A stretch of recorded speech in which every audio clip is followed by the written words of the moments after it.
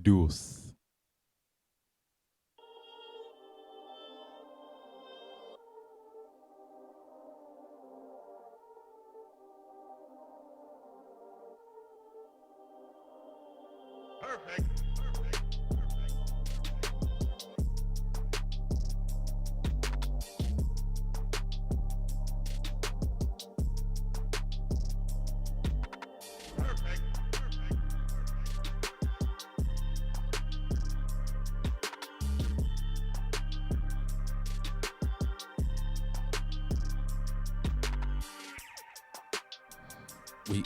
We are back, people. That's right. We're back with another episode of Prime Debate with Stats. I am your man, the great debater. I'm also here with my man Prime. Yo. And also with my man Key. Key, say something. Hey. Stat Boy cannot be here today. He is out of town. I think he's on the road right now. We have a special guest, our second guest. Yes, we're important now. We got peoples. We got peoples. Please introduce yourselves. What's up? My name is Rico from 5-4 Vision. I'm an independent filmmaker. Come a little closer. Okay. It's safe. My bad. It's all good. Step up to the mic. It's all good. All right. So I see you have some product out here on the joint. Let's jump right into it. Okay. We're gonna jump into it real quick, but hold up. Slow down. Let me pace myself. Yes. We also on Facebook Live. Yo. Right Get there. a little point up. Say hello. And we also streaming on YouTube. That's right. We're brought to you by Crack Bell Productions. And now we'll get to the sneaks, which I must say the black ones look amazing. Oh, thank you. Key, what's the live joint again? CB what? CB Pro? I put him on the spot. I see. CB Pro Live. I thought so. CB Pro Live. So you can check us out there. Are you going to watch us while we do the show? No, I was just putting it up. Okay. Putting up a spot so that, people know to watch the joint. Okay. I'll be paying attention every once So in a while. I like these shoes. I'm Can you marketing talk people. can you talk to us about the shoes, your company, and everything that you're doing, Rico? Okay. Well, basically, I'm a independent filmmaker, and when the pandemic started and everybody was on quarantine, I couldn't film. Mm-hmm. So I figured, now would be the perfect time for me to put out some merch, T-shirts and things of that nature. Mm-hmm. And I don't know, I just didn't want to just do what everybody else was doing with just T-shirts and stuff. And I mentioned to a friend of mine it'd be pretty cool to bring out some sneakers. Well, I didn't realize that very same friend had basically a connection or whatever, and he put me onto the connection, and it made sense. So I just went ahead and put them out. And well, first I sent for a sample and let me see the shoe, actually. Right. And when I got the sample, I said, okay, I got to pull the trigger on this one, and then I just start putting them out. Be Yeah. careful when you're rocking. Oh, Sometimes sorry. you fade out. Oh, sorry. Yes, no dancing. The shoes is for people can't see. Prime, hold some of the shoes up. You know what I'm saying? Got you. If they can't see it, those is I'm assuming that's a off-white type joint.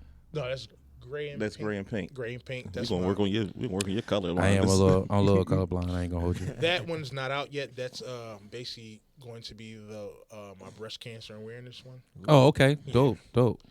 So I'll be bringing those out. I like the within design. a couple weeks. Yeah. Get my spokesmodel on. You know what I mean? Definitely. And these two colors are already out right now. I have the gray and white one right here, and yeah, that's the. I was kind of on the fence with that one, but then once they actually sent it to me, I said, okay, Yeah, they nice. yeah, They definitely nice. put those out. I'm a personally go with the black myself though. Yeah, these are my favorites. Those are definitely my favorites. Very I stylish. have another one that's coming out in about 2 weeks. I'm just waiting for it to come through customs and all that kind of stuff. Okay. But I had the sample, but I gave the sample to my daughter for her birthday. That's why they're not here. Okay. Okay. Family first. And family first. There's nothing wrong with that. Family gets they cut first. So I mean, she knew the plug. Yeah, I mean, that's right. what it was. I come downstairs. I was gonna put him in my bag to bring him, and I'm like, oh yeah, she would wear him today. Though. Of course. Of course.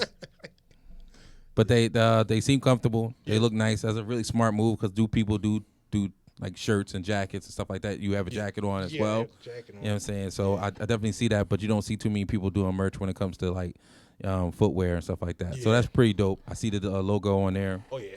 Yeah, I mean, is it a story behind the name of the company?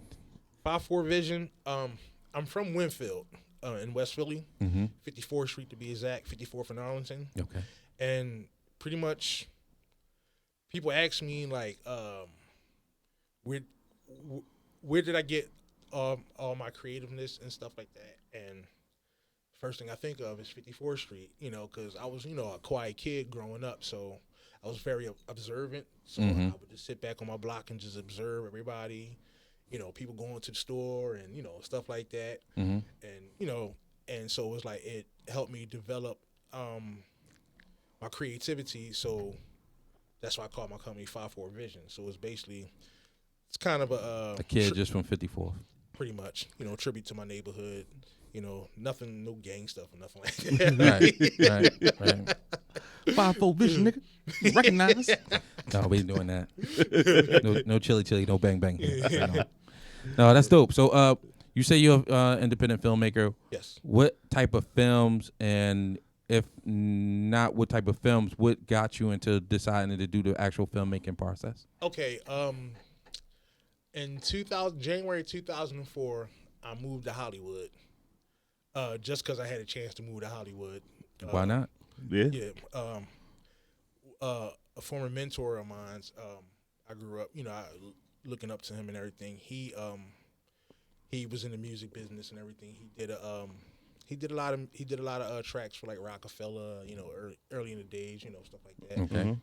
So he has like, placements on like Memphis Bleak albums, Memphis Bleak, Beanie Siegel, the whole Rockefeller crew and other artists and stuff. Right. So he eventually moved to LA, and when he used to come back to Philly, I was, young kid running the streets and stuff like that. He was getting worried, like, I'm getting worried about you. You should come to LA and stuff like that. I'm like, yeah, whatever. But then he said the same thing to another friend of mine, a childhood friend of mine, and he said yes. Oh, okay. So he came to me like, yo, I'm moving to LA. I'm like, oh, all right, that's cool. That's what's up. He's like, yeah, I'm going out there with Nar. And I'm like, wait a minute. He asked me too. So I was like, so then after like a month of hearing these guys talking about it, I said, all right, I'll go out there for like a month or whatever like that. And long story short, once I got to LA, he used to, this when Eve had her TV show. Mm-hmm. He used to take me onto the set and things of that nature. Oh, okay. That's dope. And then, I got to see, how TV shows were You got the shot. behind the scene footage. Exactly. So, but filmmaking still didn't hit me. I was just happy to be on set and see all the celebrities and stuff like that. Right. I'm on Sunset Boulevard. I was just on 54th and Arlington like 3 days ago. Right. Now I'm sitting here surrounded by all these celebrities. And Right. I'm like, oh wow. I was watching you a couple days ago. Now I'm like standing next to you talking to you. Exactly. Exactly. Like, I just bought your CD. So years go by, and my very same friend that told me he was moving to LA, he came to LA he went to LA to do music. But then the first go around, things didn't go so well. Mm-hmm. So one day he called me and he was like, yo, I feel like I still got it. I could still, do a little something.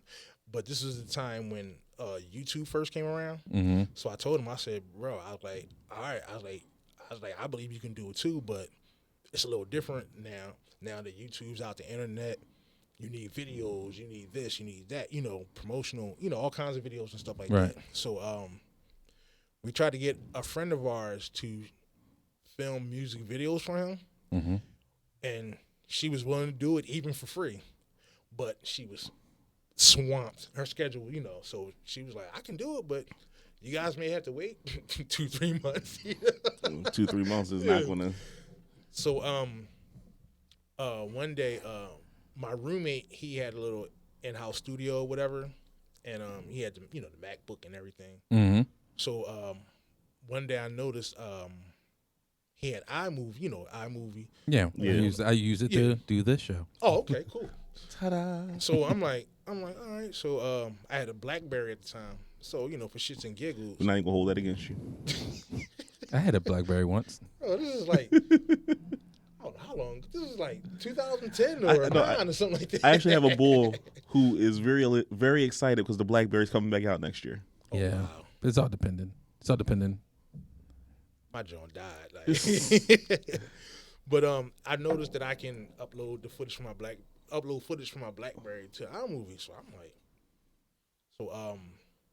so then I was dealing with some girl at the time, and her mom had a camcorder, and she was like, I'm not using it. Yeah. So I took the camcorder and noticed I can upload that footage too. So I called my bro. I said, yo, he was living in San Diego at the time. That's like 2.5 hours from LA. And I said, bro, get your behind on the Greyhound. We're gonna shoot these music videos this weekend.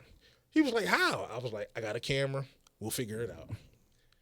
And then by that Sunday night, we shot 3 music videos. Mm-hmm. I mean, today's standards, they're terrible. Like, Yeah, but I mean, I'm pretty sure the camera wasn't that great quality, probably. oh man, Look, the fact that you did it wasn't even HD. Mm. That's how long ago. It wasn't even HD. Right. I had one of those cameras. Yeah. So we did the music videos, and I was like, okay, this is all right. But I was like, but we still need such and such to shoot the videos. This is just time being or whatever.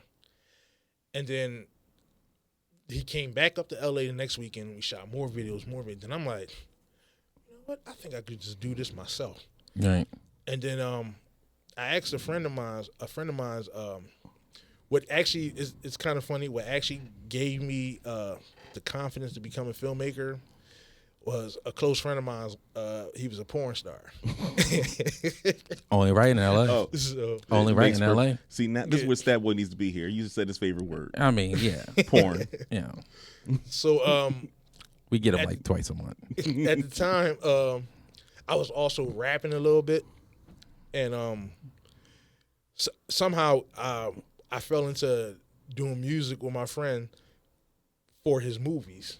Okay. So from doing that, he confessed to me that he knows how to rap, and he was actually dope. So he started just doing regular music. This is the person that was in porn. Yeah. Okay. He started just doing regular music, not to be an artist, but He just wanted to do music. Why not? we had the equipment. We had the equipment. He has still the had- money. Y'all making money. That's all that's more important. He still got his round book, so let's do it. Look, that's all that matters. So then we recorded all of the songs. Then I'm like, bro, we need some videos. So he was like, oh, and his girlfriend was the one that was supposed to shoot our music video. Oh, wow. So he was like, well, she's totally busy. I said, bro, I got this camera. Was she a porn star too? Huh? Was she in porn too? No, Okay. no, Just curious. no. But so I was like, you need videos. I was like, I got this camera, but being as though they're used to camera work and all this and all that, so I was a little intimidated. Like, they're not gonna want me to shoot the video or whatever. Right. So I was like, I got my camera. I can shoot it. So he's like a real laid back dude. So he just looked at me. He looked at my camera. He looked at me again. He was like, where you want me to stand? And from constantly shooting with him, that gave me the confidence to say, okay, I want to be a filmmaker. And then Porn wins again. Porn helps everyone. Everybody. In so many ways. So after that, another friend of mine, he was a football player, but then he went into modeling, and then modeling led him to acting. And I was waiting for you to say porn. no, No, I didn't think he was. I didn't think he was. but it was a coincidence because the same time I decided, okay, I want to be a filmmaker, he decided I want to be an actor. So he comes to my house. He was living in Atlanta at the time, but then he moved back to LA. He came to my house and he was like, yo, bro, guess what? I said, what's up? He was like, I want to be an actor now. And I'm like, shit, I want to be a filmmaker now. And he was like, what's up? I was like, I pulled the camera. I'm like, what's up? What you want to do? So we went out filming a bunch of pointless stuff, but we built the chemistry doing that. Okay. And then we released our first short film, which was called The Locker Room, and it was based on the uncertainties, whatever, of Uncertainty. of I got your back. football players, when they're in the league, people, because a lot of people think like a lot of these like professional football players, once they get in the league, is easy street. And he told, and I witnessed firsthand, like because he used to play for the Chargers, Okay. and he used to come to LA like every other weekend or spend the summer with us when he didn't have training camp, and he was always like nervous, and I'm like, bro, why are you so nervous? He's like, Reek, you don't understand. He was like in the locker room, he was like, you'll go in for practice, and you'll see a couple dudes. You're like, hey, what's up going on? Y'all practice. Next day, y'all go to lunch, and then y'all come back to do the second half of practice, and like 5 of those dudes are gone, and you be like, well, what happened to them? Oh, they got cut. Oh yeah. Wow. Yeah. So you can make a big play last Sunday, but you can still get cut on Wednesday. Yeah. So Cap a lot casualties, just yeah. personnel casualties. yeah, so it's like a lot of those The business side of sports. yeah. So like rookies, undrafted, players and stuff like that, they're walking on eggshells, at least the first 2 years of their career. Yeah. So Practice squad isn't guaranteed for everybody. yeah. So we once he broke that down to me, and then we started the whole film thing, and then he was like, yo, let's do a short on it. And I was like, well, I don't know shit about football, so it's gonna take me a while to write it. And he was like, don't trip, I could just go from my experiences and stuff. So then we went off that, and then we filmed it, and it came out pretty good for our first short film. Okay. Then we shot another film called Daddy's Day.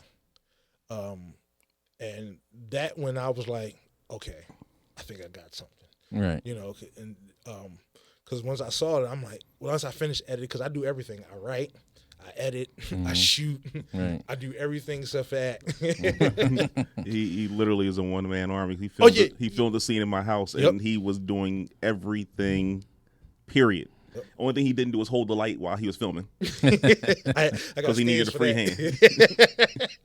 Yeah, but I do everything because I'm just one of them type of people, like, especially when I was in LA, it's like the way film is done in LA, you have to follow a certain protocol to a certain degree. Mm-hmm. And at the time, I didn't have the money or patience. Right. So I was like, screw it, I'll do it myself. And then it was like, oh, yeah, you got to do sound. And I'm like, all right, well. Then I said at home, and I figure out how to do it myself. Then I set it up, and the people were like, you sure this is going to work? I'm like, it's going to work. And it works. So, so pretty much, so then once I edited Daddy's Day, and I watched it, and I'm like, okay, this is something. This is definitely something. But I was like, well, maybe I'm just tooting my own horn. And then we had a private screening for it, and I knew it was something good because we was at the private screening, but the equipment that the guy had at the private screening was crap. So the film ended up messing up in the middle of the private screening. But we still got a standing ovation. That's good. Wow. And that's when I was like, okay. And this was the daddy's one, right? Yeah, the Daddy's Day. So what is it about? Daddy's Day is basically about a father basically struggling. The struggles he's having with raising his daughter, being as though him and his baby mom are at odds. Okay. So she got a new boyfriend on him, and All that stuff. yeah, The drama. all the typical drama and stuff. AKA real life. Yeah, so she goes out her way to make him seem like a deadbeat father, but that wasn't the case in actuality. He was trying to follow his career. He wanted to be a I ain't seen this movie in so long. He wanted to be what do you call him? In the gym. Trainer? Yes. Personal trainer? Yes, he wanted to be a personal trainer. But when you're starting a business, from scratch, you're on it's a entrepreneurial struggle. tip. Yeah. In the beginning, it's a struggle. It's not hard. Like these sneakers alone are kicking my ass, but I love the process. Right.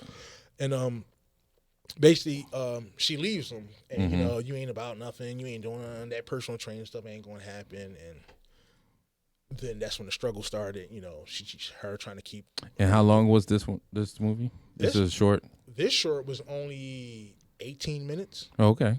Wow. But that's is I have a knack to where though I could put a lot of stuff In a short. In that period. short film. in a short period of time. Have you done a long feature? No, I will be shooting a long feature. Hopefully in October. I want to do it toward the end of September, but realistically, maybe mid-October. And so you've been doing this for a while. Is there a particular reason why you just done more shorts than maybe a full feature film? Trying to build my craft.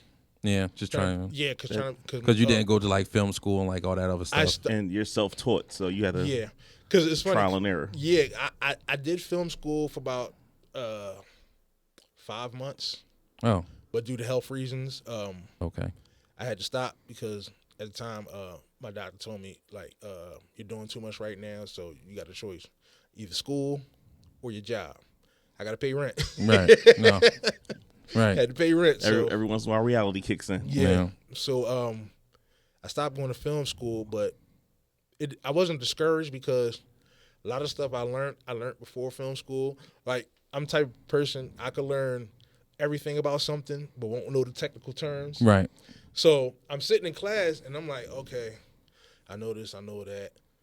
So the whole time I'm sitting there in class and he'll say something, the teacher say something, I'm like, that's what you call it. Okay, cool. Because I never knew the technical terms. It's just, you know, I go in there, I'm like, yo, just do this. And they be like, do what? Just do, you know, because I never knew the technical terms and stuff. Mm-hmm. But then once I got to school, I learned the technical terms and stuff because I was pretty much doing everything myself. Right. Like, I've hardly been on movie sets or things. I mean, I've been on like, you know, TV show sets. Couple of sets. Yeah, but I've never been on the set long enough to really. To catch on to the lingo, you just knew Exactly. what they were doing. Because at the time, I wasn't trying to be a filmmaker. Yeah. Now being in LA and then trying to be a filmmaker, which is like, you know, you can throw a rock and hit like 20 producers or directors in one direction. With that being said, did you even think about even trying to maybe get into like a studio joint? Did you try to like maybe write something and see if you can get it made from a major studio or something, or you just always wanted to be independent?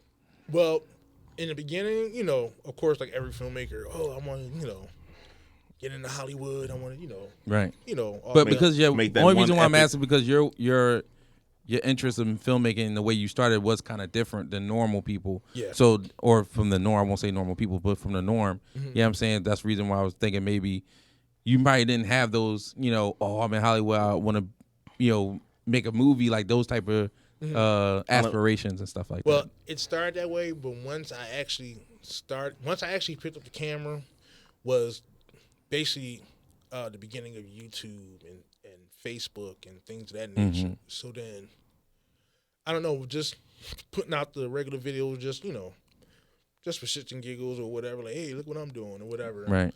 But then I started to realize, like, well, if you go hard enough and pretty much promote yourself and, you know, promote your brand and stuff, it's a good chance you might not need them, you know? Right.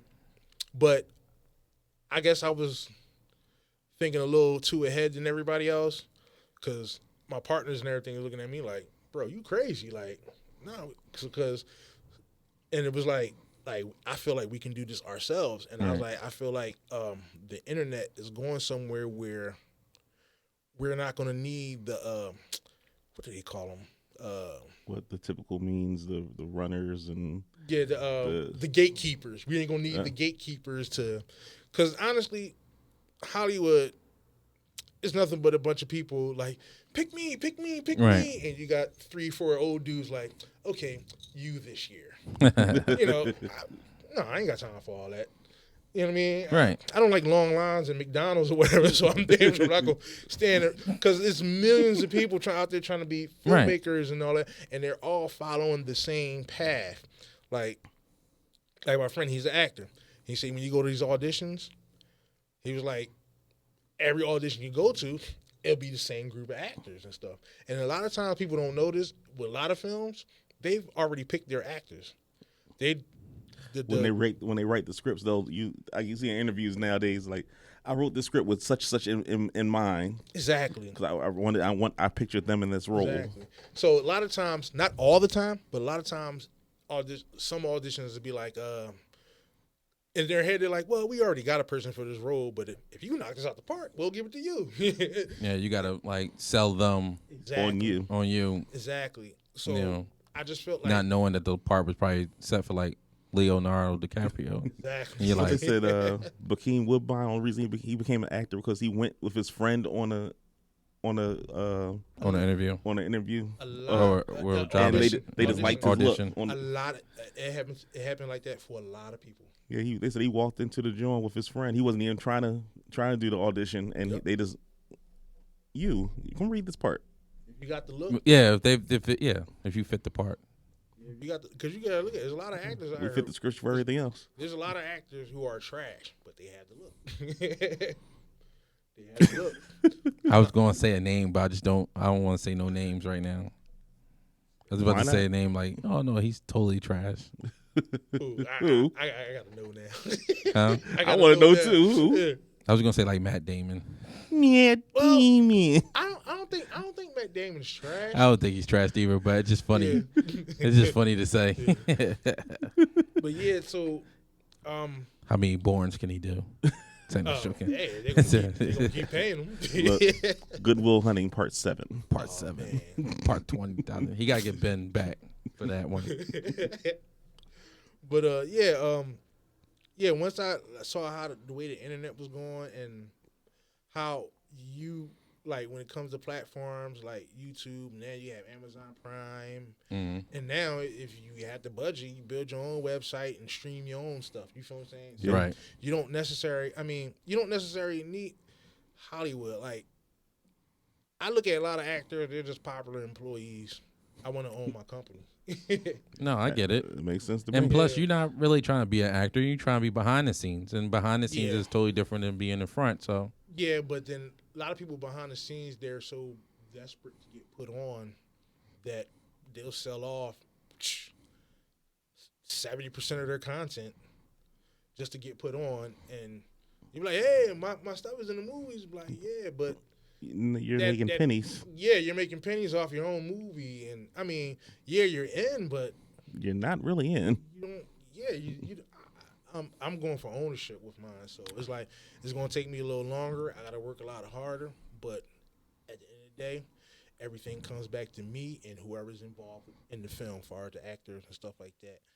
And I don't have to worry about paying somebody who really did nothing. you was in LA.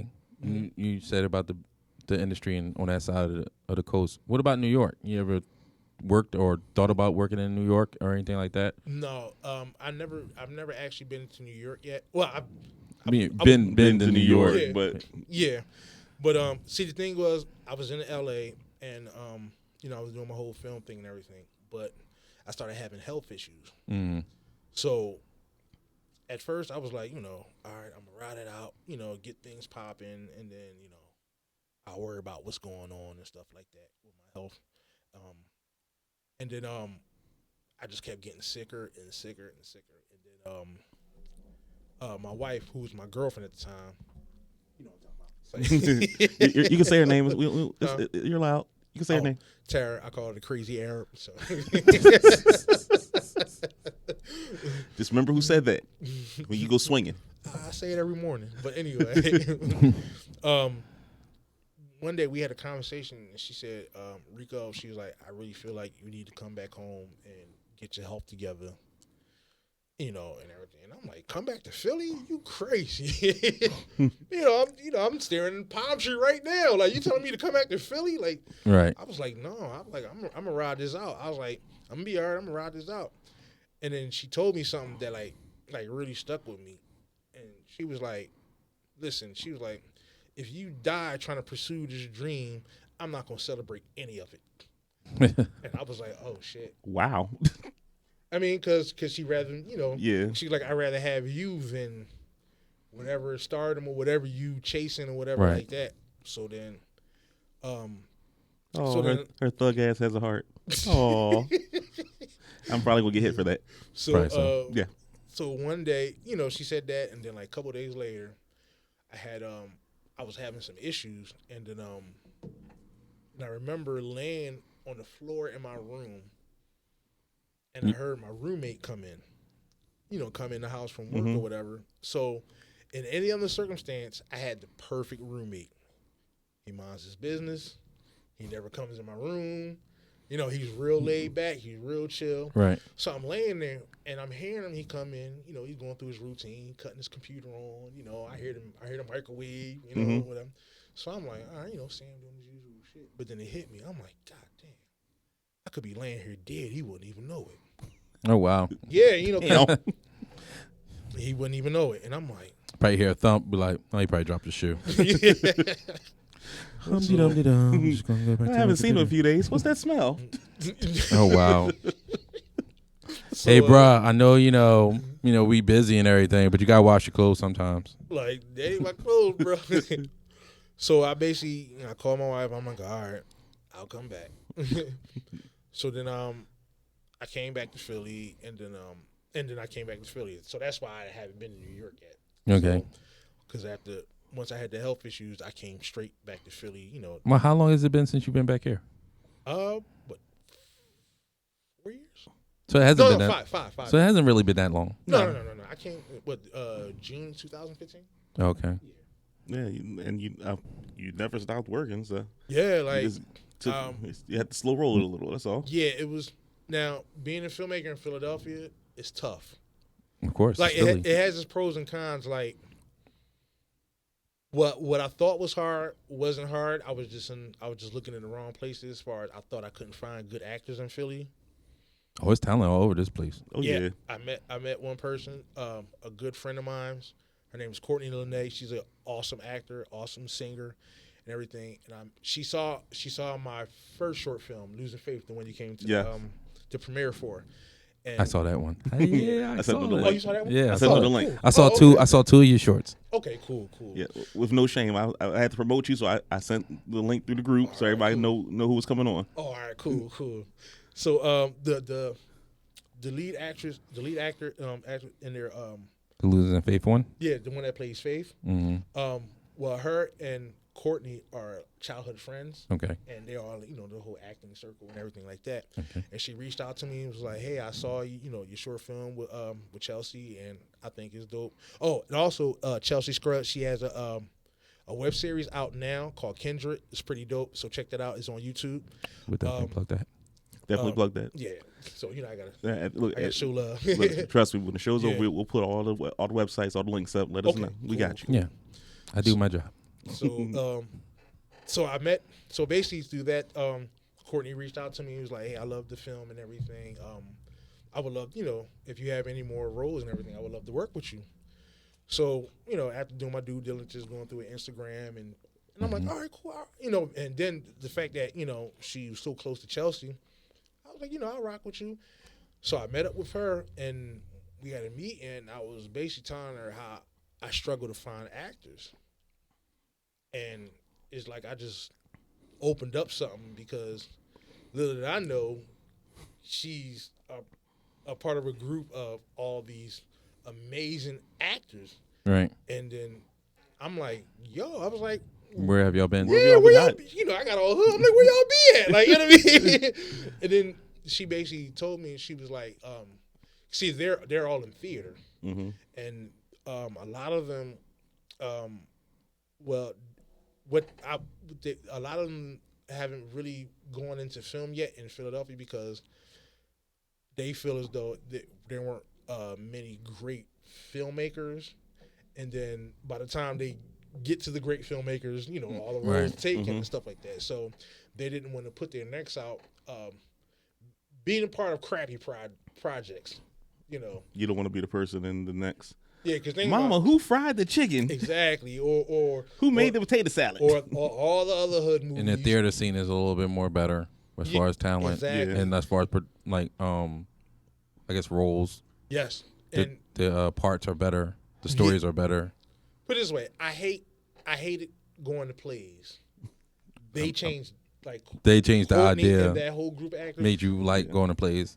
I enjoy it now. Big play person. I enjoy it now. So I as long as it's not the whole Tyler Perry play type thing. no, they're Like- they're on a whole nother level. Like Everything ends in a song. Those type plays I Well, that's can't, I theater. can't do. And don't mostly everything in No, song? I mean like the Tyler Perry type. I never watched those. You're So- very lucky. yeah. No, they're Everything ends in a song, and it all we can pray our way out of everything. That's the whole play. Well, that's if that's what no, the buy. I mean, if that's I don't know. this how I describe the Tyler Perry joints. The whole family arguing through the whole damn movie, and at the end of the movie, Grandma get fed up, cuss everybody out. Then they have a big ass dinner. Then the movie go. And that's the whole movie.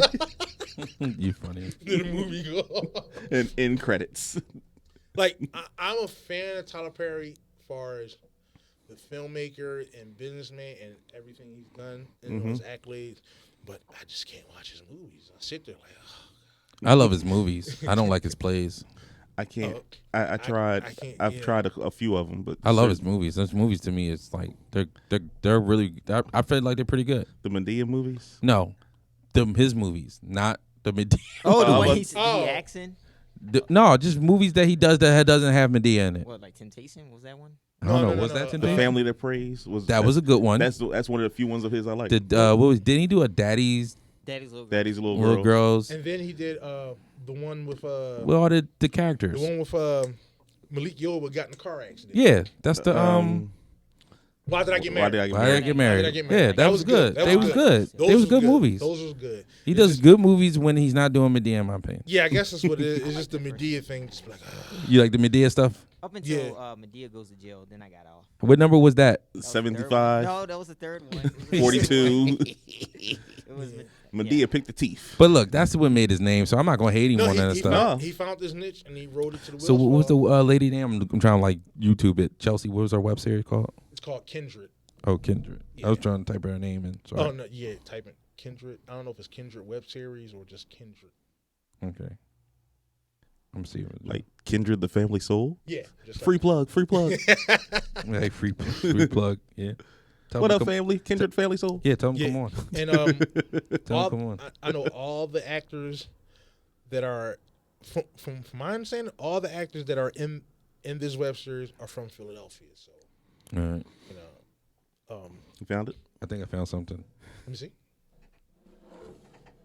One of these two? No. Down. Scroll. I think no, up top. I think it's that one. This one. No, Or this one. that one. Yeah, the colorful one. Okay. Cool. Yeah, I think it's that one. We're not going. Hold up. Yeah. I'm not going to play it out loud. This is not a clip show. Yeah. You can't put the clip up and hold it to the screen. No, I'm not going to play it because I wanted to, be noise. I just wanted to pull it up on my joint so I can watch it a little later. But yeah, there. But once I met Courtney, she introduced me to like smorgasbord of like dope actors, like people like Jeanette Ashton, Pierce Williams. They were actually the leads in Yeah. and Touch. That's my second short film. Touch. I saw that one. Yeah. Yes. So when I say like my We first, are in the know. when I say like my first and second short film, meaning Touch and Losing Faith, those are my first solo projects. Okay. Like not Losing Faith, Locker Room, And then Daddy's Day. and we have a web series called Persuasion. Mm-hmm. All those were Like group project. Yeah. And so now you are, so the 54 Vision, is that just you? Nobody else works with you? Just all you? just No me. partners? No nothing? He is a one-man army with his camera. You're doing it all by yourself again, man. I'm not your doctor, but I'm going to tell you right now. I mean, it just You need to slow it down. He got more than a doctor. His wife is Oh, well, there you go. yeah. That's enough. Mm, She got him out of L.A. yeah. Yeah. She got him here in Philly. She got him back home. She cracked the whip and put him in line. And now, here's the thing. Would you, like, say, like, opportunity presents itself? Mhm. You're still doing your thing. You're still doing your drum. Yeah. But it's in L.A. You moving the whole fams? They coming with you? no, they don't. It's weird. It's weird to say this, but especially my daughters, they don't want nothing to do with Hollywood. Yeah, well, They don't want nothing to do with it. they all grown. Your kids Yeah. are grown? But yeah, Okay. but they understand, what I got myself into. They understand my passion. So as far as me going to LA to film, if I gotta stay there 3, 4, 5 months, Right. so Right. be it. Yeah. But, then But you gotta come back. Yeah. bring your ass back to the cold. Gotta bring it back. Or So, else. I got a question because I'm kind of curious in this. The writing process. How do you write a script? Oh, well, Because I've always have like ideas for movies. At least a long time ago, I did. I don't know if I remember them anymore. But at the same time, I just don't know. I could like visualize them saying words, yeah. but I can't get it on paper. Well, you're better than me because I can visualize the beginning of the story. I can't see a story all the way through. Oh, I can see a story already. I got a trilogy in my head, bro. Well, I got ideas out the ass. I just can't put it all Like, down I in got one like, whole story. Seriously, I got like trilogy. I got a trilogy. I got a horror film. I got comedy. I got a love joint. I got a drama. And I these had are- all these this are- in my head. These aren't Wow. stories. This is just his life. No, that's you funny. That's not right. But am I wrong? No. uh, Yeah, but I just wouldn't know how to do it. I remember I was talking to a friend of mine. She was she likes to write. I think she wrote like poetry and stuff like that. And I remember one time I asked her, I was like, "Yo, would you mind helping me? I got these ideas, but I can't find no way to put it on the paper. You know what I'm saying? Like, could you like help me out?" She was like, "Yeah, we never actually did it, obviously, but you know, what I mean, it was just one of those things that I just don't understand how like people can write up. I mean, I can do dialogue, Yeah. I guess. Like you put me in front of like a computer or something like that with a blank screen, I can ramble forever. I don't know what will come out. Duh. but Shut up. That's how we got here. That's well, you know, everybody has different processes, but honestly, for me, just write it out, and you'll fix the mistakes later. But get the idea on paper, Right. and then afterwards, then you could figure out How to format it or whatever. Yeah, because then you can also there's programs like Final Draft, and there's another one called Celtics. I think Celtics gives you a free trial. Right. Final Draft, you got to pay for that. But He won't touch it because it says Celtics. Celtics is free. yeah, oh, it's free. Period. Yeah, there is a premium okay. version. Okay. Cool. Go ahead, Key. That's why he's the man. That's why he's the Yeah. man behind the scenes. But yeah, for any beginning screenwriters and everything, yeah, you should try Celtics because it's like you said, because it's free. And what do? They set it up automatically for you? Yeah, it shows you how to write your story out in script form. Oh. Yeah, Nice. So it kind of almost does it for you. Well, it talks you through it, kind of. Okay. So it puts it in script form for you. So yeah, and just start writing. I mean, your first couple scripts gonna be shit, but Right. I mean, my first couple videos was horrible. I don't like failure. I want to be great from the rip. I want to shoot and be Michael Jordan from the rip. Like Not everybody comes in as Iverson. Sometimes you got to come in and be Spud Webb. no, because look, like for example, the web series we put out, Persuasion. Now that was my very first. Actually, Persuasion was my very first script that I wrote. That I filmed. Daddy's Day and Locker Room was written by other people. Okay. And but Persuasion, I actually started in film school as just an assignment for a class, Mm-hmm. and then I went back to it and just revised it and turned it into a web series. And that was my very first script, and it wasn't bad for my very first script. Mm-hmm. So like, I mean, sometimes it's also your actors. yeah, they can help. I had good actors as well. So I wasn't. I'm not trying to sell himself short. Probably a great script. Exactly. No, it was a good script for my first script, but the actors carried it over. So like the writing, I don't have a problem with the writing, but then when I look at Persuasion, I get irked at the shooting because now I'm so much Now you better. see what you did. Then you're like, why was I doing this? Yeah. Why did I shoot it at this angle and this one was so and much I'm- better? And I'm like, damn, this scene is blown out. I should turn the ISO down. I should, and so it's like people be hitting me up like, yo, man, I was just watching Persuasion the other day. Like a friend of mine, like one of my close friends, when I first put out Persuasion, he was just so happy that I found my niche as a filmmaker. Mm-hmm. To this day, he still promotes it. Oh wow. And one day I had to call him like, bro, can you stop promoting that, John? And he was like, wow, man, I love Persuasion. I'm like, yeah, but I don't want people thinking this is how I shoot now. Like this is not my best. Yeah, you know. And then he was like, "All right, I get it. This is the beginning. I was like, bro, you gotta look at it like you're looking at it like that because you my homie. He like, yeah, I mean, you just happy for me, but Right. I was like, Professionally, you're killing me. yeah, like if other filmmakers see this shit, they gonna be like, come on, bro. Right. Like, what the fuck's wrong with him? Exactly. Yeah. I just, like I said, I always feel like that's a very impressive skill set, and I just always feel like that. I think I could probably get to like 2 pages, but to get enough to fill my whole story, That like, 2 pages will be 2 minutes. like just to like that's a lot of words. Yeah. A lot of words. And then you gotta like I said, in my head, they talk right, they all got different personalities, but then when you have to actually give them dialogue, to me that's just like a whole world of like, I'm not touching that. Here's a trick somebody told me. It don't work for everybody, but when he told me this trick, it opened up my writing so much. He told me to when you think of a script or think of a story, write the ending first. I heard of that. I did hear of And that. then Really? yeah, Right, so, backwards. Yeah, so then when he said it, I was like, what? I'm like, whatever. So then one day I was like, I thought of an ending to actually the one I'm going to shoot in October. Okay. I thought of an ending first, and then when I thought of an ending, I was like, open my story up. Like I was able to do all kinds of stuff because I knew where it was going to end. See, a lot of people get carried away with their story, And then they get lost in the story and can't next thing you know, bring it back into an ending. Next thing you know, your script is 4 hours long and you have no ending in sight. Yeah, that's a little crazy.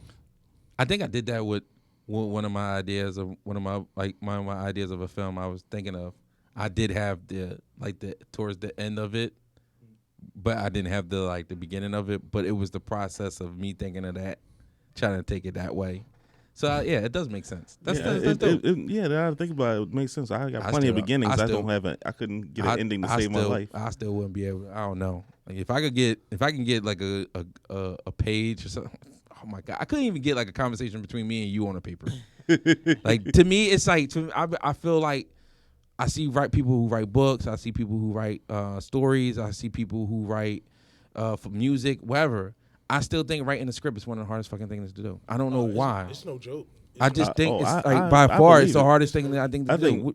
I think Can writing you is hard to do. like Period. that world a little bit? Yeah. That to me is just like insane. Like I feel like I'm a pretty good screenwriter, but I know so many screenwriters who run circles around me. Like when I first Because I think it's a real gift. Yeah, I think it's a real gift. It is. I mean, just to be able to write certain things is like insane. Like to be able to write a movie, like just it's just like look, like write to be, a movie, write a book. Like Hell, writing period. That's writing period is, like I said, it's like it is impressive, but just like out of all the styles or not styles, but formats of writing that you can write, like you write a book, you could just write about your experience. Yeah. That's like just sitting at a computer and just, you know what I mean, talking to yourself in your brain. You know what I'm saying? Like that's not easy, but you know, for the most part, you're just telling a story. Like I could tell a story, but to be able to tell a story from different people, personalities, and get it all intertwined, and that's insane. Like it's impressive as work. It is. It's like me, you, and Rico and Key can just like say we're gonna put a rap group together and start writing rhymes, and we can do that. Like, well, that don't mean it's gonna go together. Work together. I don't know if it's gonna work together. But we could be good enough that we won't be the worst. I don't know. They always seem harder, like making it. I don't know. The way rap music is nowadays, it's kind of easy not to be the worst. Man, you sound like DMX hating on people. Stop hating on the youth, yo. Look. Kid, get at him. Bark at him. Bark at him, kid. He talking about your peoples. DMX? No, he talking about the new rap, the young rap. Oh, I mean, you know what music I listen to. I know. I mean, you just not helping your cause at all. I like a lot of new rappers. I like a lot of new rappers too. Cause I just like different stuff. I mean, majority of them, I'm like, nah, Don't look bro. down at me. I'm not looking down. I'm looking up at you.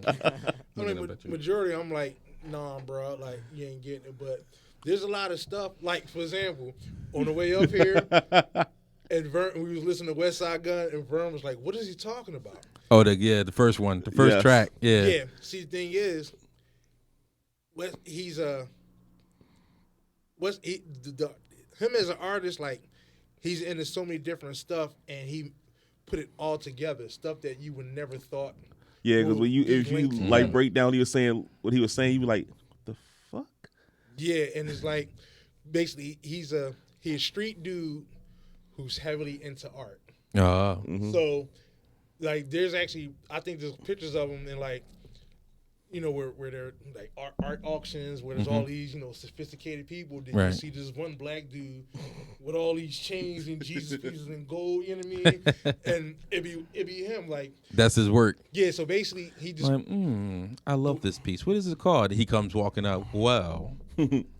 That's how he is. Like that's how he is. Like he says he was like I'm the best of both worlds. I hang Basquiat's in the trap house. You see what I'm saying? Yeah. So a lot of the stuff, if you're not into art or certain things, you wouldn't know Basquiat. That's why Vern looked at me like, "Yo, what is he talking about?" And I was sitting there like, "Bro, I ain't got time to explain it." Right? Like, this ride ain't that long. So, I can't break this down like that. Yeah, so I'm just like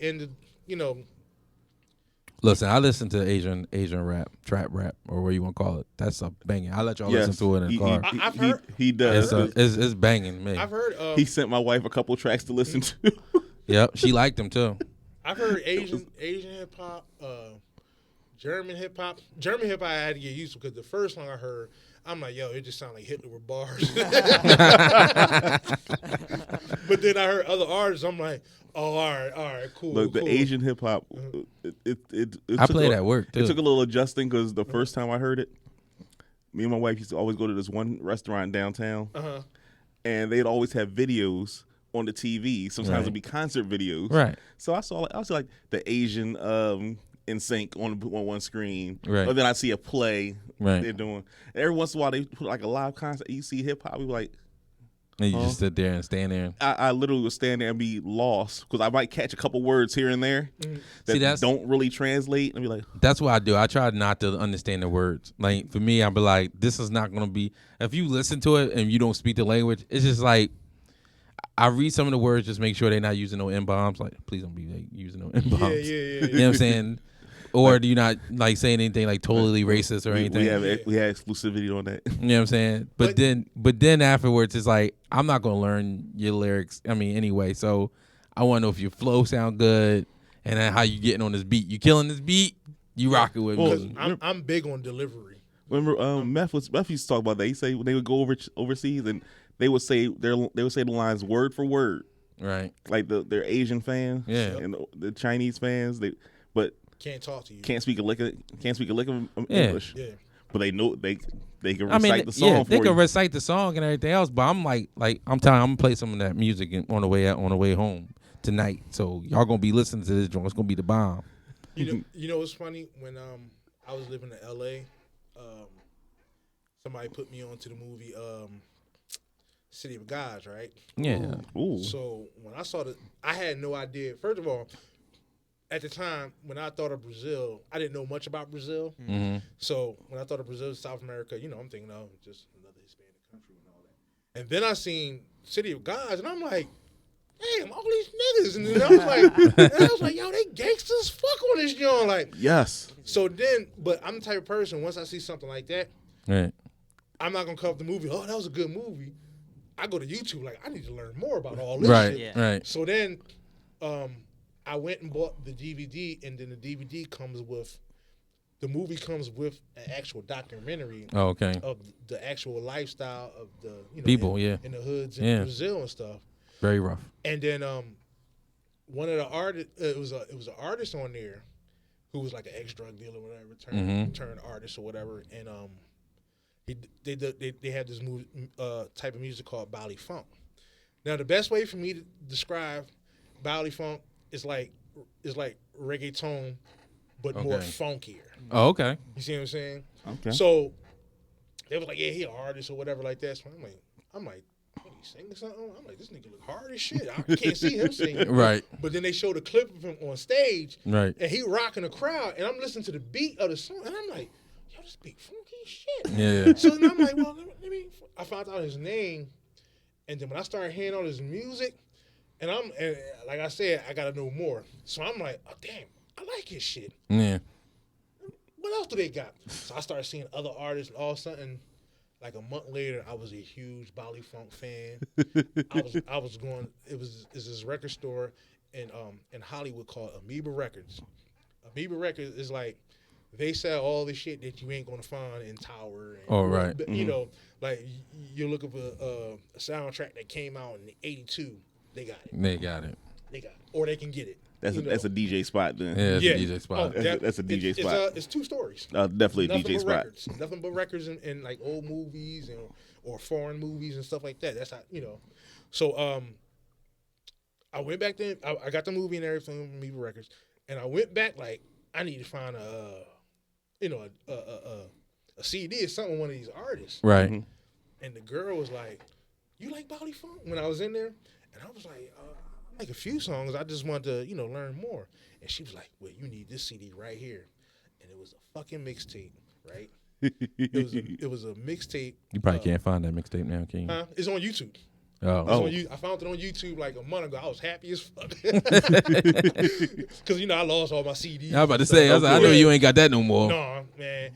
And I'm talking about that shit is rocking because there is a mixture. Like I said, it's like reggaeton, the Miami bass type vibe. Oh and yeah, the everything. doom, doom, doom, And doom, I'm talking yeah. about doom. them beats. I'm talking about them beats is hitting.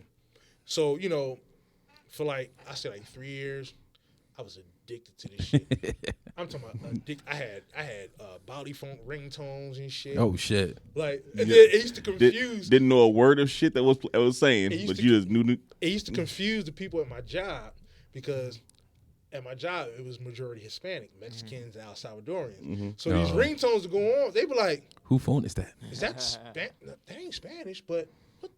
I think it's Spanish. Like, and then they looking at me, and I'm sitting there like, Hello.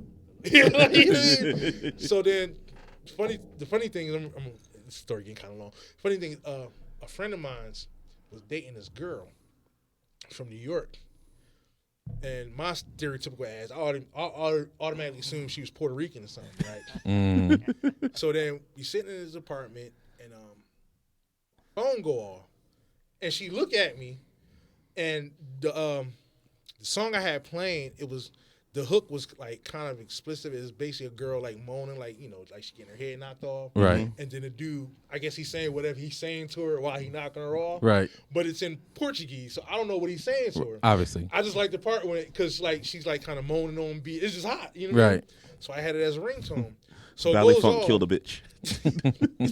It's kind of like that. There you go. It's kind of like that. Good So, one, bro. Thank you. So the song goes off, my ringtone goes off. So she look at my phone like, "What you know about that?" And I was like, "I just think the song hot because I'm not gonna sit there like, oh yeah, it's, this, that, and third, like I like look. I just I'm not think- gonna sell it. Yeah, I just think it's hot, so I just put it as a ringtone. She was like, "Well, do you want to know what they saying?" And I was like, "What you from? What you Brazilian or something?" She's like, "Yeah, I'm from Brazil." And I was like, "Oh shit, I thought you were the typical Tim Warren New Yorker. man!" She shouldn't have told me that Oh, man, because my what? thing was I would listen to songs, but then I'm like, Certain parts you want to know. "Yeah," and then I'd be like, "Man, this beat hot as shit. It sound like he killing it." But I hope he ain't saying no dumb shit. And I'm saying her rocking to it. You know what I'm saying? Right. Man, we became friends on Facebook. Man, I was sending her songs like every 2 days. What this mean? What they saying on this joint? What was the song? The song. The Huh? meaning, what What was the meaning of the one Yeah. track that she heard the first ringtone? What was? I forgot. I play for you. It's mine. I play for you. I don't want to offend any fans, but go ahead. It's in Portuguese. Unless you got fans in Brazil. We got fans everywhere. Minute Where- 58. We're worldwide. Oh, all right. Well, Brazil gonna love this because it's a famous group in Brazil. Be the bull from off of Fast and the Furious. And we don't get no copyright issues on YouTube. Minute 58. We do not own the rights to this music if it plays. YouTube, Facebook, You gonna let this? the world. You gonna let this upload? That's how you gotta say it. You gonna let this upload? I'm gonna look at the camera. And Oh tell yeah, I you. forgot. Copyright thing. I shouldn't even play it then. We'll play it on the way home, Yeah, play on the way home. and we'll give it a shout out on the joint. All right. Copyright Jones, serious man. I caught that when I was like my video gaming, playing certain music in the background. Oof, they wouldn't upload my videos. I was like, sheesh. Yeah, they don't play. It's like, we had to take this down because you had Drake something playing in the background. I was like, Yeah. it was like, I don't know. I was doing shuffle. They don't play like. He's sitting there playing mad. Talking about all you hear in the background. I'm more than just an option. Hey. Shut up. That's not even funny. I don't even know what song that is. I got my eyes on you. Oh, I know that one. I know that one. 1 hour. We had it. All right. Thank you. Oh wow, That's it? that's shot by. Yeah. Oh, wow. But we go over when we have to. We always go over. This was just to keep us, because we was tuning in like 2 hours at one point. We was getting bad, wasn't we? Yeah, Oh wow. we was we getting bad. we supposed to be an hour. We were like, yeah, how long we been on? Oh, hour 35 minutes. Oops, let's wrap this up. And then 20 minutes later, takes another 20 minutes to wrap 20 it up. minutes later, then Hey, it's man, like, hey, look at it like, a lot of the popping podcasts are them joints damn near 3 hours. yeah, but they be having like different cuts and stuff. It just be us fucking around. It's just like silly, crazy crap. So here's the question. So to wrap it up, and then we're gonna do our Mount Rushmore. Anybody got any ideas for Mount Rushmore?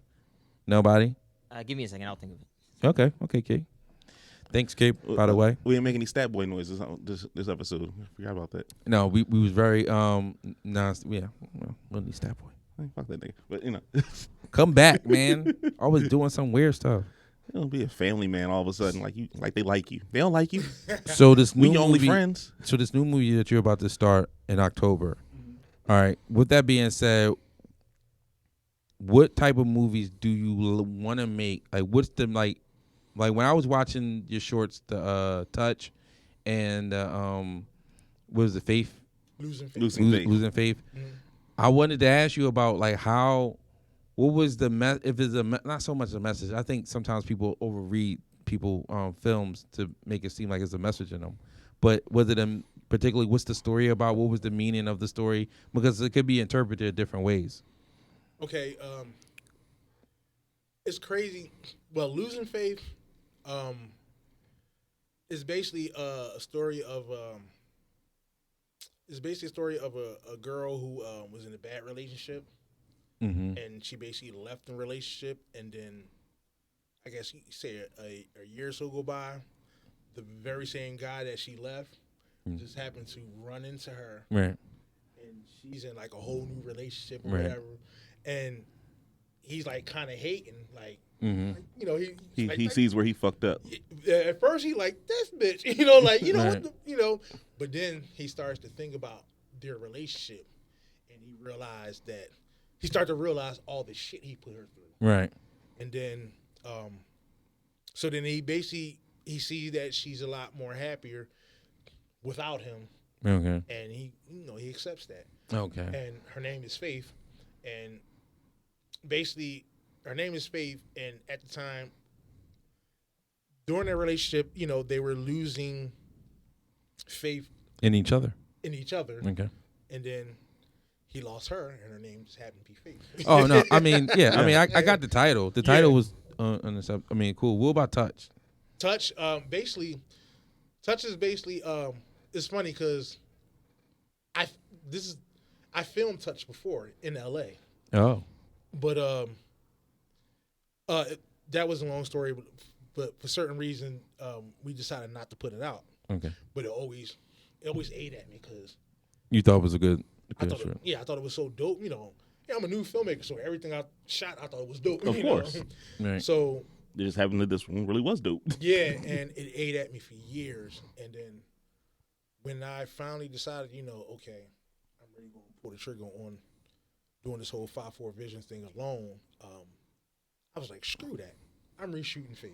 I'm reshooting Touch. Mm-hmm. And pretty much that's what I did. And Touch is basically a story about two strangers who bump into each other in the street and is instantly love at first sight.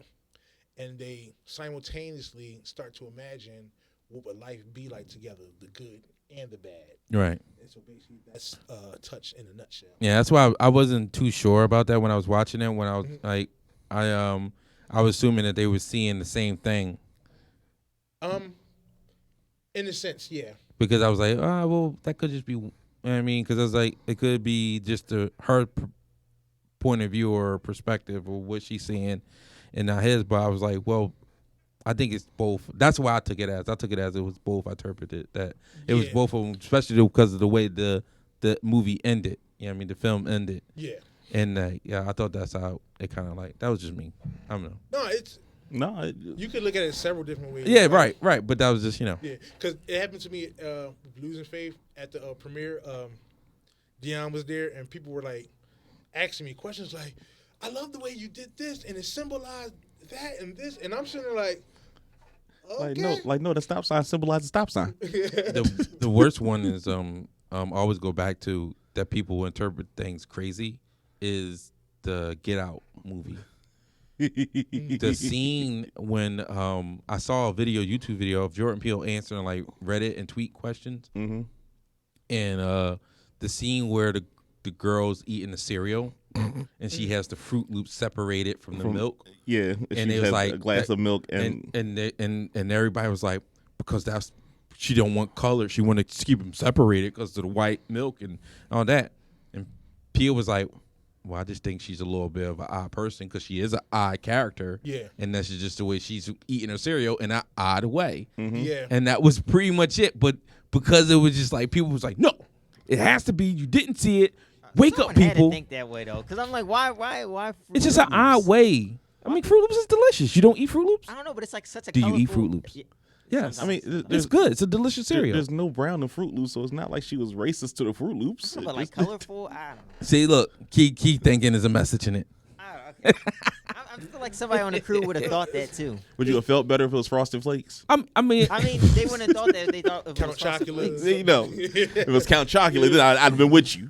Cocoa Puffs. No, when I viewed Losing Faith at a film festival, and this guy got up and he was like, "Hey man, I love the way you incorporated poetry and the whole thing and this, that, and the third." Like he had like this whole long spew, and I'm like, and then he's like, "So what made you put poetry in it and everything?" And I'm like, well, my wife likes poetry, and I just wanted to impress her. right. It's usually some type of simple stuff. Yeah. You know what I mean? It's never like really something big, especially when you hear people like filmmakers and stuff like that. They always say it's something simple, but it becomes such a big part for somebody as far as their movie or whatever. You know what I mean? So Yeah, that's now dope. we gotta drag your wife up here now. Yeah, Next. that's dope. That's dope. You know what I mean? But yeah. So Key, you came up with any ideas? I have 3. We could have a Mount Rushmore for our our favorite sneakers. Okay, continue. Then the other one is favorite stories from either movies, books, or whatever. Just story, your Mount Rushmore of stories. Okay, good. All right. And the last one, this isn't as well thought out, but Mount Rushmore for like best, your favorite like shot media, like in terms of like cinematography. Oh, cinematography. I like that one too. Ooh, Y'all want to try that one? no, why not? I mean, you're good. Everybody, you good with that one, Key? Yeah, I don't want to be first though. Okay, it's cool. You won't be first. You're not gonna make us flip a coin or anything. Or No, we're not think of a doing number that. between He's 1 not and 10. Here. He's not here. Gosh, we'll deal with that when he's here. Goodness. Pick a number to 1 to 10. Stupid. I'm always guess the same number though. Yeah, man. All right. All right. So LaMelo. Mount Rushmore is going to be on. Can you say that again? Cinematography, our favorite. Yeah. Okay, that's good. We're going to let you do the honors since you're the filmmaker. I'm assuming you might have. Cinematography. Yeah, just 4, just a little Mount Rushmore. No, you know the genres. I mean, if not, then we'll make prom go.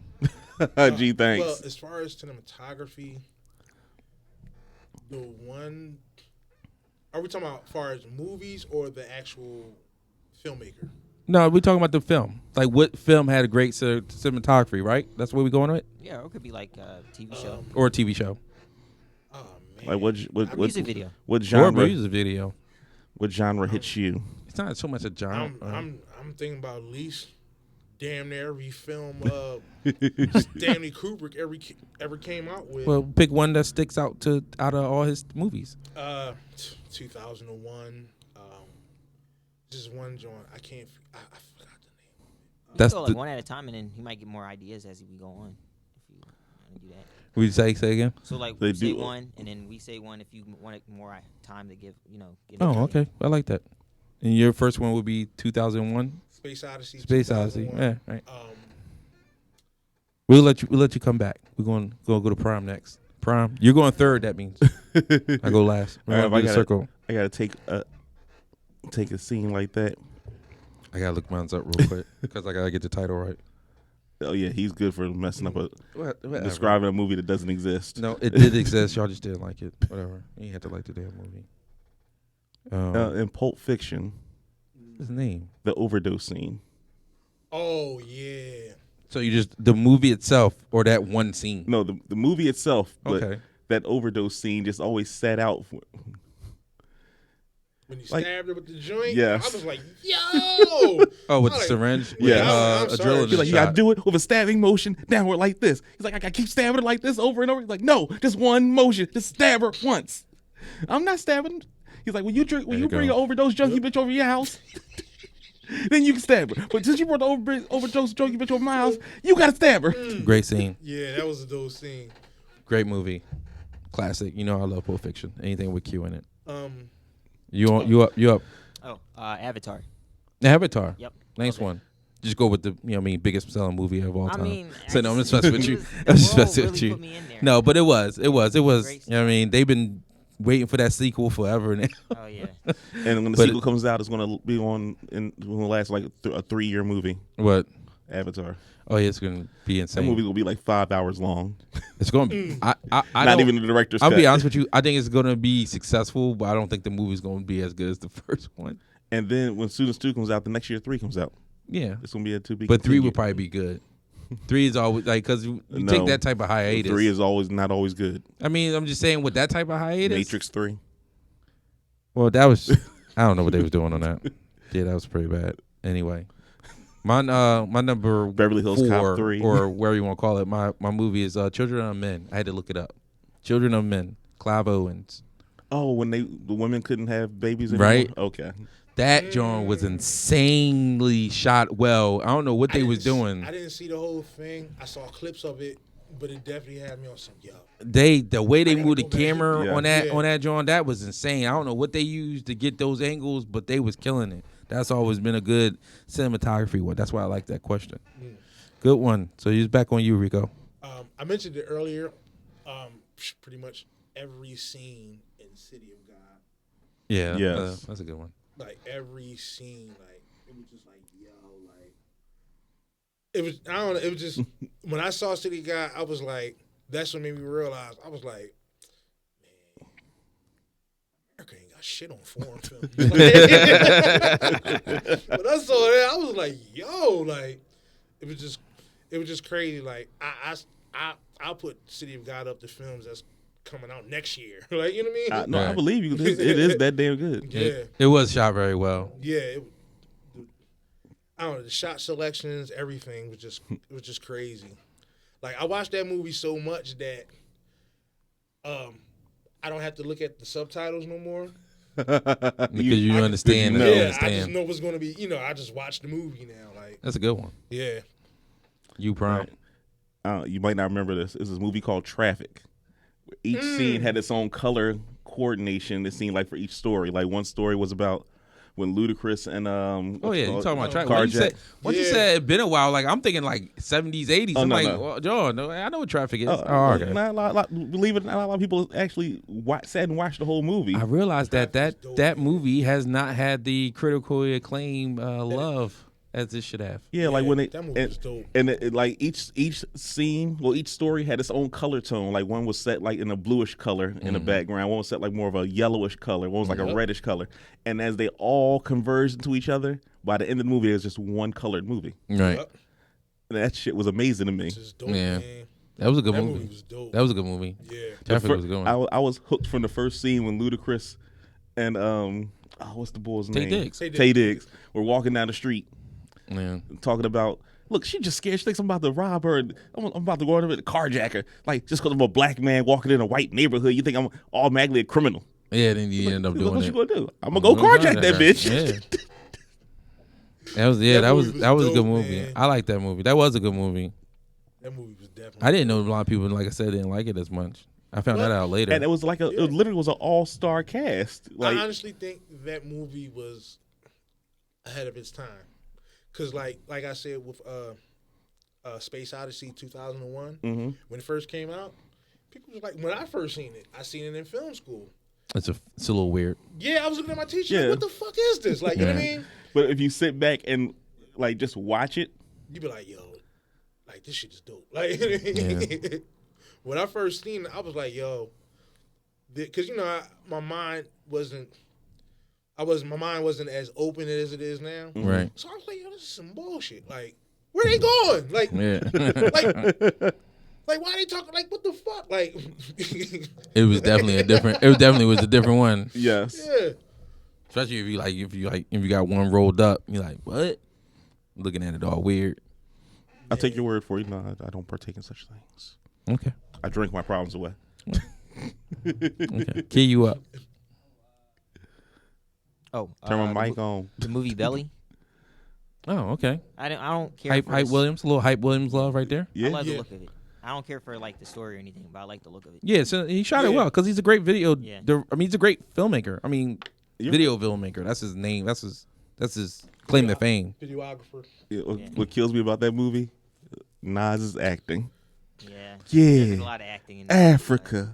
That's where we all need to go. I think that went to Back writing. to Africa. I'm not gonna hold Give you. a I don't fuck care. no more. I don't care if it was. Everybody was scared of buns, Man, you but could- not me though. I don't care. You could have had Denzel Washington to that part. That shit would have still sucked. You know what I mean? I don't care what you say. You know what I'm saying? That writing was not good. No, the boy that killed meth. I don't trust that nigga though. Yeah, this is. Oh no, But he was like, but the funny part is he was like one of the only real actors in the whole film, and he nailed that part. yeah, he was. He was the only real actor. Everybody else was No, musicians. His name And is Bun's Hassan. girlfriend. His name is Hassan. He played Weebay on The Wire. He was in it too. Damn, he was. Yeah. Yeah, but that was like real short. That wasn't long. It was like 2, but it wasn't Actually, many. He's the one that got killed over out of town. The one that Yeah, shot him up in the car and all Yeah. that. Yeah. Yep. I mean, I don't know, but that was a good. I mean, it did have a lot of good like visual. You know, Hype Williams can make a good like drawing. The beginning of the movie, the opening was everything. Yes. It's definitely a hood classic. Oh yeah. And definitely like the way that started off with the Yeah. music and the way the scenes and everything went down. He loved that. Like he did that. I still play that Mary J. Blige joint in the beginning. Oh every yeah, time. that's the version. Yeah, the Oh, version yeah. of her version. She killed that. Yeah. That's honestly the best part of the movie. the opening scene. Yeah, I'm not gonna hold you. It's up there. It's up there as far as the best part of the movie. So my number 2 is gonna be, it's cause it's like it's martial arts in it, and the way he shot it, Kill Bill 1. Like Nice. with the How you have just to cut the black everything, and white. the black and white, the just like everything from the beginning in the car, and the whole when she couldn't move her feet. It was just everything. Like the beginning of the movie is the end of the movie. Like you know how Yes. you know how Tarantino works. You know what I mean? Like it's just like those type of things, and then just like even the last scene, the fighting scene, just that you had all that action and then there was silence, and you just got that water. The metronome going playing in the background. just with the water and everything else, and it just keeps on going. Tarantino's next level. I mean, he is like he's on a different level. But I just give it. I mean, I've seen other good like films that were shot very well, but I'm gonna give Q respect on that one. That was really, really good. Like he did his thing on that whole movie. The funniest thing is, my next movie was a Tarantino movie too. It's all good. I mean, Q needs to be probably in there and whatever. Yeah. This on you, Reek. You got 2 more left. Okay. My second one. This is hard because you're only giving me 3. But we're giving you 4. You already said 4? 2 already. I said 2. Okay. All right. I think it's just hard because it's a on spot thing. We didn't give a chance to process, but that's what we do on Mount Rushmore sometimes. All right, I'm gonna go with this one because I've only seen this movie once, and it's been in my head ever since I've seen it. Like, and I don't know why I haven't seen it again, but when I saw it, when I first seen it, I was like, "Holy shit, this this is not your average karate flick. Shogun Assassin. Wow. Okay. When I seen that, and this is like, I wasn't even thinking about film, and I was looking at this joint like, whoa, like, you really gonna kill your son? Shogun. Isn't that a Shaw Brothers, John? I can't remember. I just remember. I'll look it up real quick. I just remember somebody having the VHS tape in my house, and it was one of the years we were snowed in, and I said, "Screw it, I might as well watch it." There you go. And then like 20 minutes into the movie, I'm like, yeah, "Yo, that'll do it."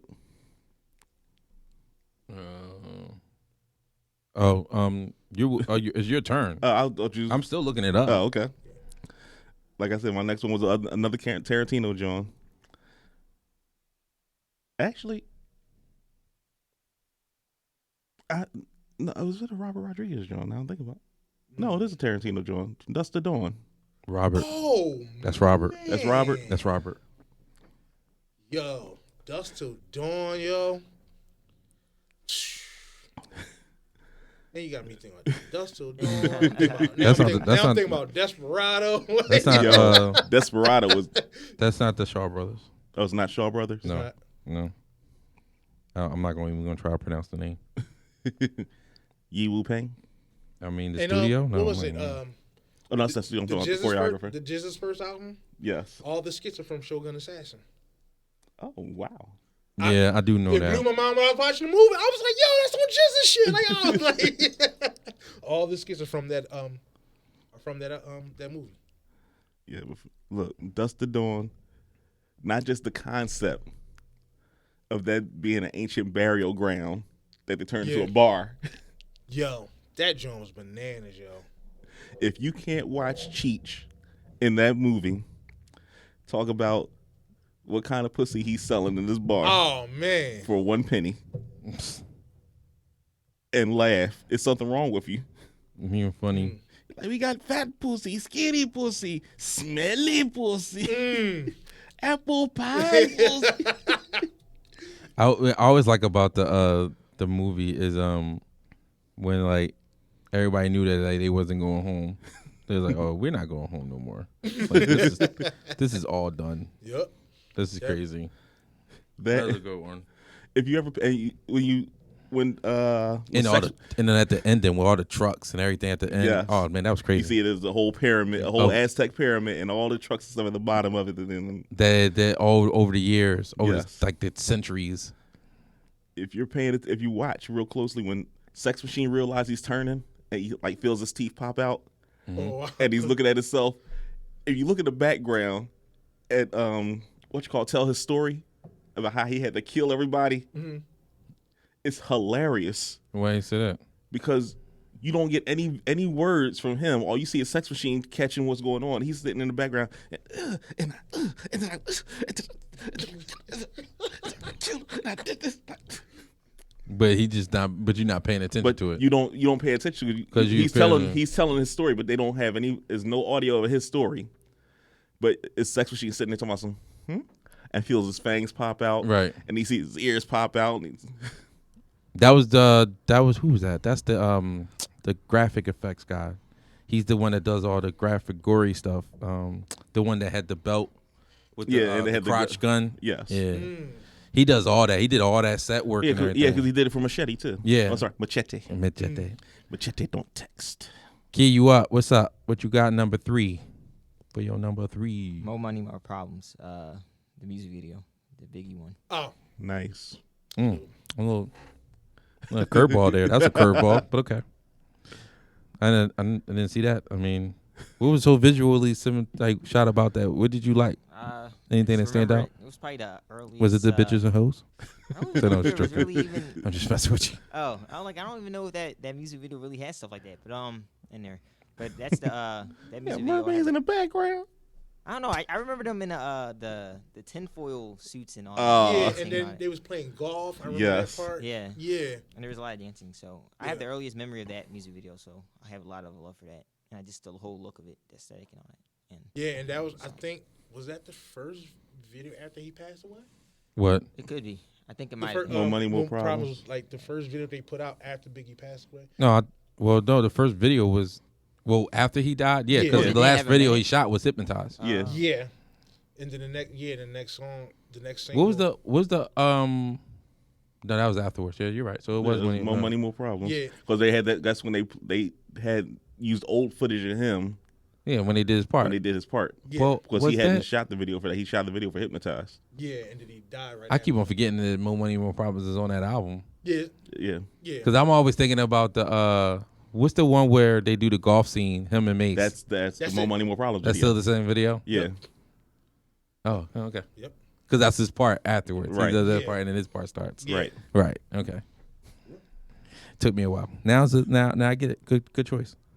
All right. So my number 3 is gonna be I guess I'm gonna be kind of biased on this. I'm a Star Wars guy.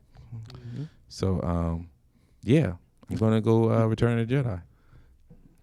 I ain't mad at you. I thought, I mean, you can't tell me nobody at that time looked cooler than Luke Skywalker in that all black. Mm-hmm. He was, Even when he got shot in his robot hand. I mean, you can say they was evil people, but the Empire was pretty clean. They knew decor. They shit was spotless. You couldn't find an ounce of dust anywhere. You see those slickly ass floors? That's a footprint anywhere. Everybody was decked out. Everybody was cool.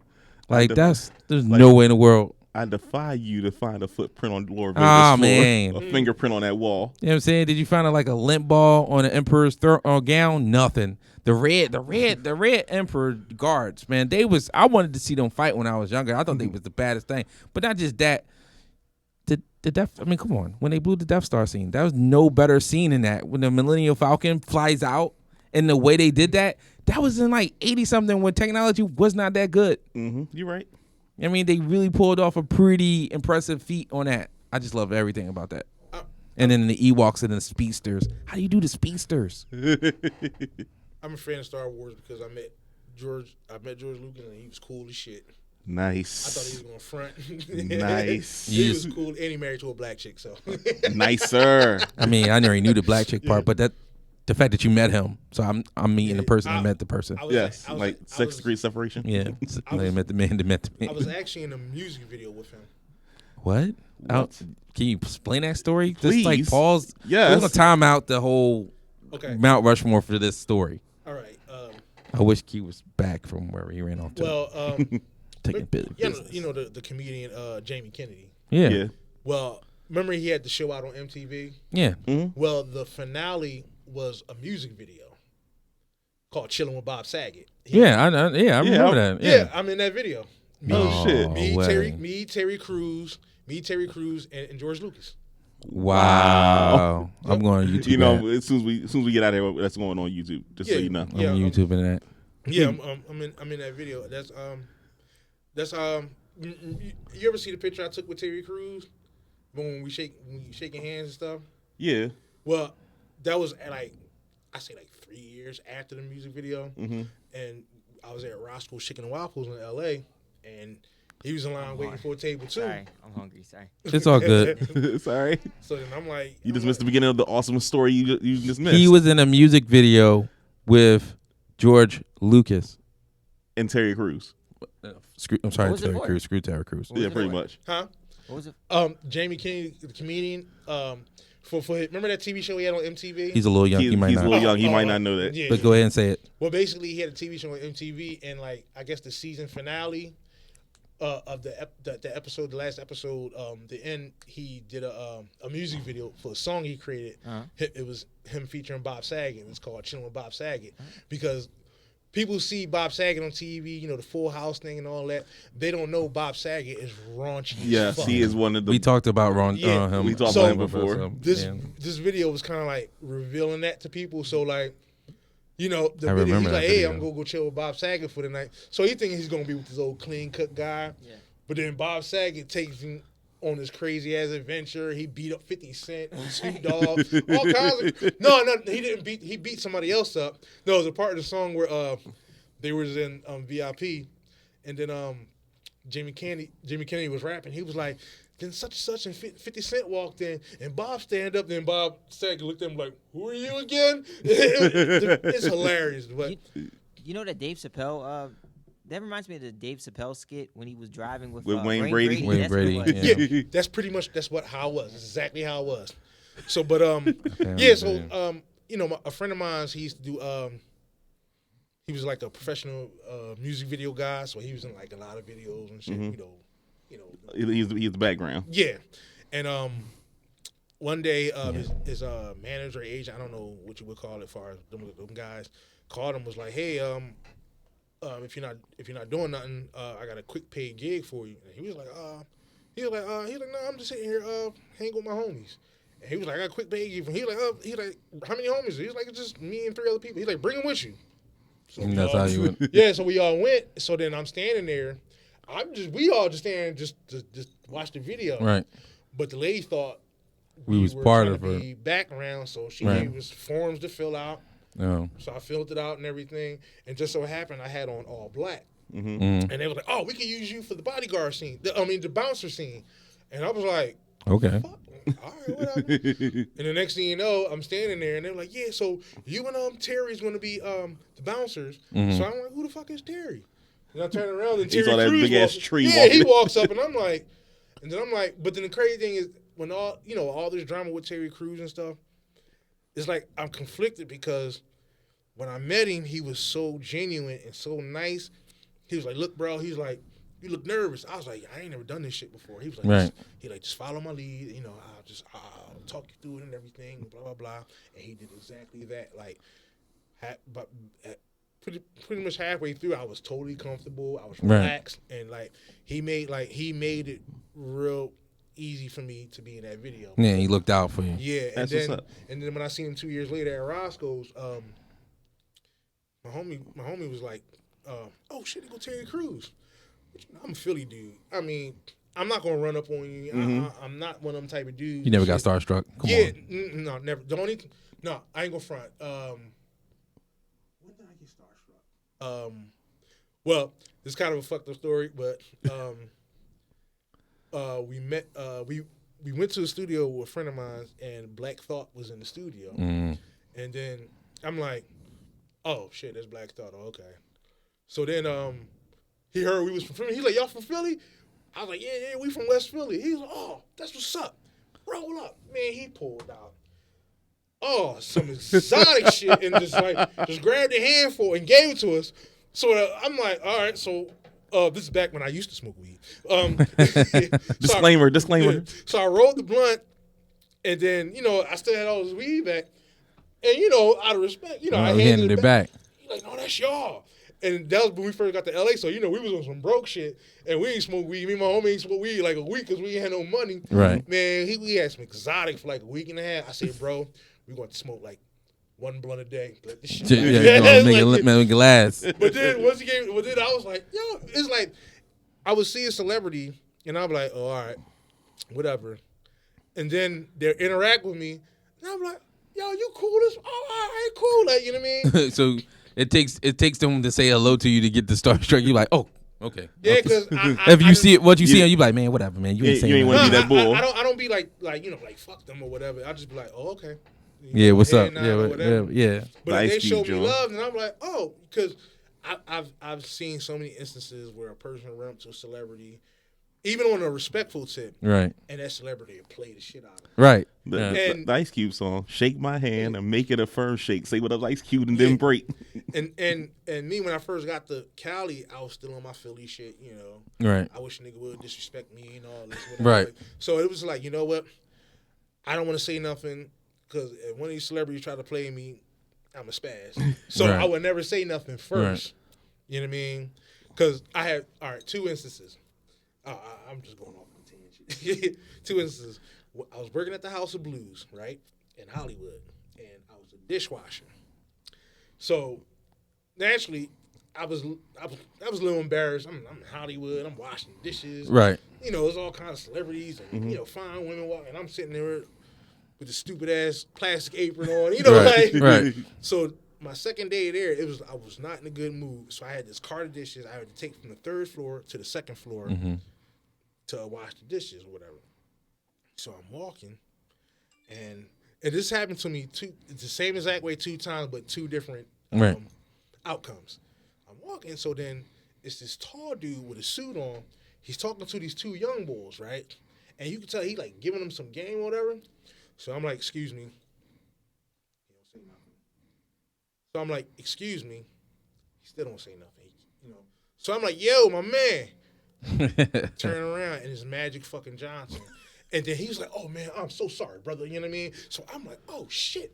Magic Johnson. So then he go to help me with my car. I'm like, no, don't touch it. Don't touch it. Like, don't get your hands dirty. Like, don't touch it. I was like, I just want to get past. And then he let me through.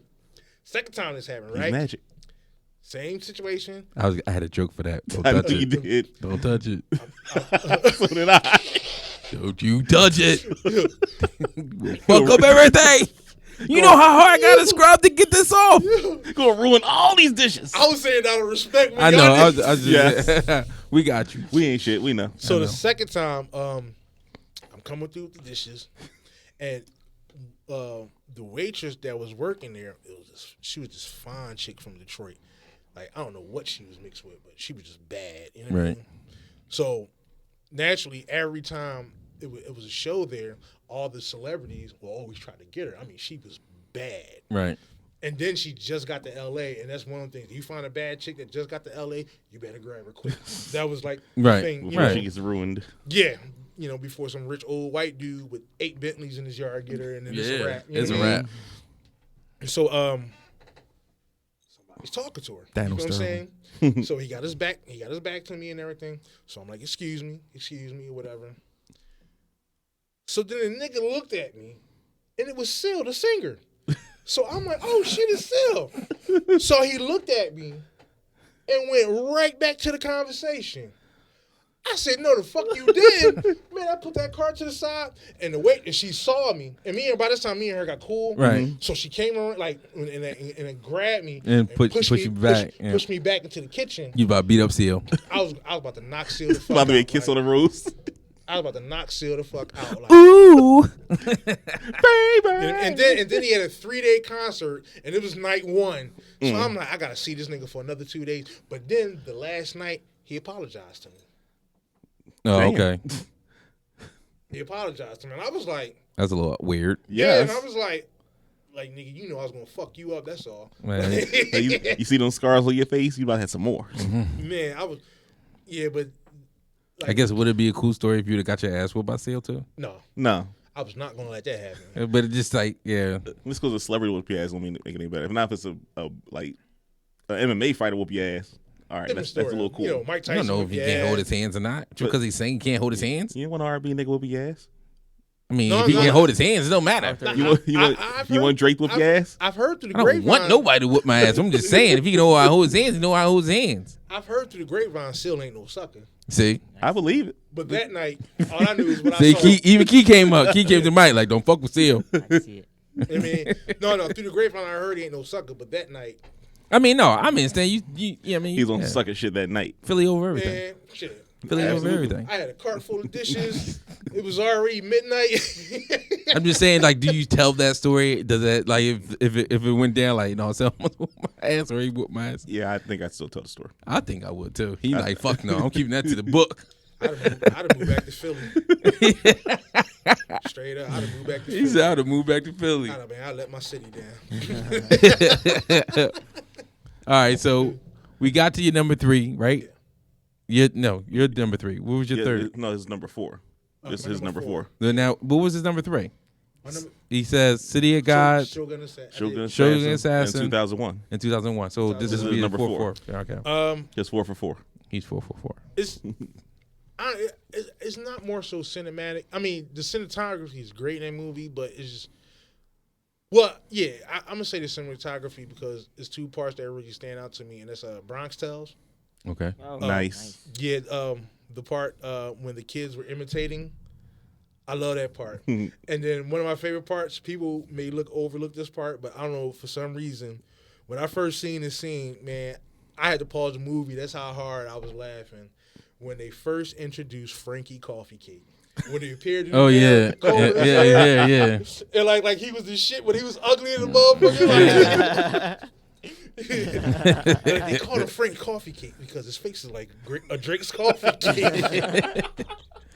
That's where I laughed about it because Yeah. it really did look like a coffee Yeah, cake, like a tasty exactly. cake drawing. Like that's where I kept on That laughing part. at.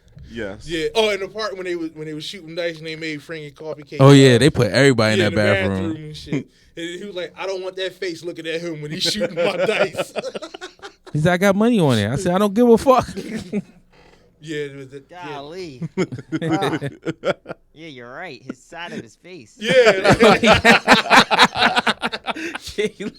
Yo, the way he stepped into that mirror. You never man. saw Brock Sells, King? I did, but I couldn't remember that scene. Yeah, I remember. Brown Cell is one of my all time favorite movies. Yeah, that's a good one. Yeah, that's one of my all time favorite movies. That movie is hilarious to me. Yeah, that's a good one. That's a damn good one. Prom, you up? Gone in 60 Seconds. The original or remake? The Nicolas Cage version. Nicolas Cage remake. That was one of the best car chases I think I've ever seen. It got weirder at the end though for me because that shit was starting to break down. Like, that car should be dead. They should be arrested. The race is over. Yo. They court you. Go back to jail. When the wrecking ball came through and smacked that police car. And Oh yeah, that was like, dope. And the cop was like, "Are you okay? Are you sure you're okay? I don't think you know you're okay because you just got hit by a wrecking ball." Right. That shit. Yeah, that was a good movie as far as the shooting was concerned. That's what I always like to say. Like movies that have like that impossible moment or that 99.1% of a chance to make it, that 0.1%. That's why I like to call a little sprinkle of Hollywood on it. They sprinkle a little Hollywood on it just to make it. You know what I mean? I was stuck between that and the Italian Job on those. You know, I was just thinking about the Italian Job because that movie made me respect fucking Mini Coopers and shit. Yeah, like I would have chose that over Gone in 60 Seconds personally. But yeah, I did like the movie, but I wouldn't. That car was on his last fucking leg when he ended, yo. He's like, "What's the book?" He's like, "The book on this is what, 50,000. We'll take off 15 for the mirror and the dents." He's like, "Call it 50. Call it." He's like, "Call it 45." Yeah, yo, that shit was messed up. That's right. They were supposed to sell it. Yes. That was the last They car. were supposed to sell it. That's hilarious. Yo, kid, you up? Your last one. Goodfellas. Okay. You really like into some Wow. you're all over the place. I'm gonna be honest with you, kid. This was like the most all over the place. You know what I mean? Mount Rushmore you did so far. There was a shot in the movie I remember when they were at the they were in the diner. I think it was towards the end of the movie when I think the guy Henry was gonna turn states. Or Right. no, maybe it wasn't when he was gonna turn states. I don't know, but there was a shot. And if you look in the background, it was him and De Niro, and it was like if you look in the background, like in the street, you could see it like closing in, like Right. coming in closer. Right. And I remember reading something that was supposed to like mean like how everything's like falling down and like the walls are coming in on them. Oh, it's closing in on them. Yeah, and there was a lot of shots like that, and I just thought that was cool. Oh. That's dope. That's dope. I like Goodfellas, a classic. Yes. Everybody love that movie. That's a good movie. I think everything Scorsese came out with is a classic to me. Oh, yeah. Actually, that used to be my nickname when I first started filming. Black Scorsese. Black Scorsese. How did I know? Because you just hired your friends and shot movies. Pretty much. There you go. Yep. Pretty much. That's how he did it. You up, Dre? But then I was like, after a while, I was like, you know what? I need to be Rico, not Black Scorsese. Yeah, You know I what gotta I be mean? your own me. Exactly. All right, so my last one is it's actually a TV show or a TV series, and it's called The Nick.